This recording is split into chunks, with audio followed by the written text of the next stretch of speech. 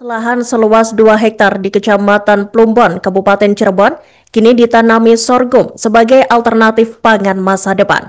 Penanaman perdana ini dihadiri oleh Wakil Gubernur Jawa Barat Erwan Setiawan bersama pejabat petani dan Direktur Utama PT Dirgantara Indonesia Gita Amperiawan.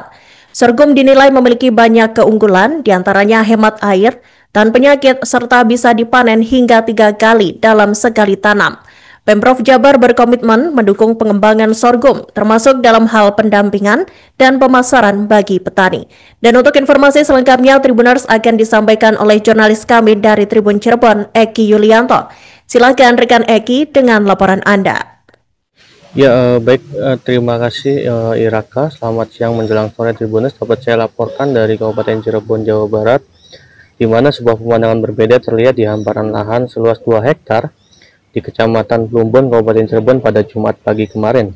Lahan itu biasanya hanya diisi rumputan liar, namun kali ini berganti dengan bibit sorghum, tanaman yang kini mulai dipandang sebagai salah satu alternatif pangan masa depan. Kegiatan penanaman perdana ini dihadiri langsung oleh Wakil Gubernur Jawa Barat, Erwan Setiawan.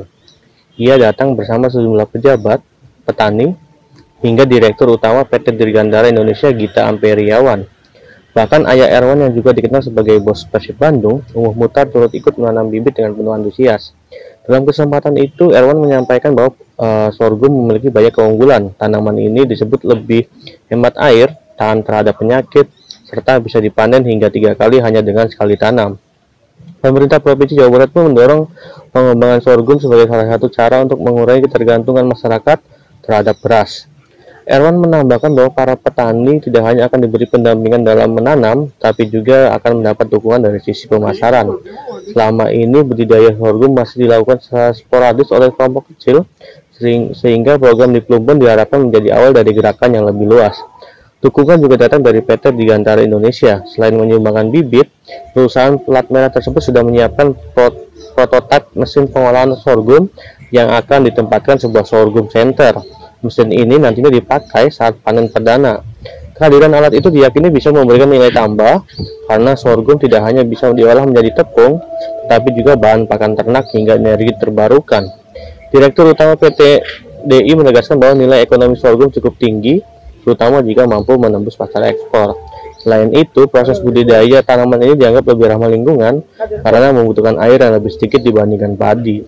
Penanaman sorghum di Plumbon juga melibatkan petani lokal. Mereka menanam dengan cara sederhana, membuat lubang kecil di tanah lalu memasukkan benih. Para petani pun berharap tanaman ini bisa benar-benar menjadi peluang baru.